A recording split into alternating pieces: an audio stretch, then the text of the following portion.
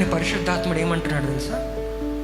నువ్వు నా మీద ఆధారపడితే, నా స్విమ్మింగ్ కోచ్ ఏం చేశాడంటే, నేను నా స్విమ్మింగ్ కోచ్ మీద ఆధారపడ్డాను. Abhishek you can do it, Abhishek you can do it. పరిశుద్ధాత్ముడు కూడా అంతేనండి. నీ ప్రార్థన వల్ల, ప్రార్థన అనేది ఒక మాటలో చెప్పాలి అంటే మన ఆడవాళ్ళకి బాగా తెలుసు. ఇంకా కుక్కర్ ఆన్ చేస్తాం కదా, స్టవ్ ఆన్ చేస్తాం కదండి.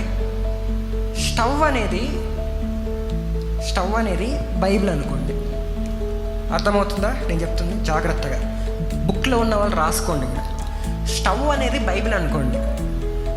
దానికి వెలిగించినప్పుడు దానికి వచ్చే ఫైర్ అంటారు కదా, అదే నీ ప్రేయర్. అదే నీ ప్రేయర్. నీ అవసరత దాని మీద పెట్టే వస్తువు, అది బియ్యం అన్న కానివ్వండి, ఏదైనా కానివ్వండి, రైస్ అన్న కానివ్వండి, దాని మీద పెట్టే వస్తువు. నీ ప్రార్థనతో నువ్వు పెట్టిన వస్తువు దాని మీద పెట్టకపోతే నీ అక్కర తీర్చబడదు, నీ ప్రార్థనకి జవాబు ఉంది. అన్నం ఉడకాలంటే అగ్ని మీద పెట్టాల్సిందే. ఈ స్టవ్ అనే ఈ బైబిల్లో ఇక్కడ పరిశుద్ధాత్ముడు ఉన్నాడండి. ప్రార్థన ఉంది.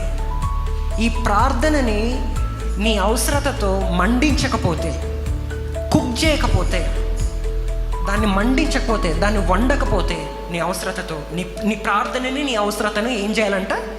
మండించాలి. మండించినప్పుడు నార్మల్గా అన్నం ఏం చేస్తుంది? ఒక 30 నిమిషాల తర్వాత అన్నము ఉడుకుతుంది. అలానే మన అవసరతలు కూడా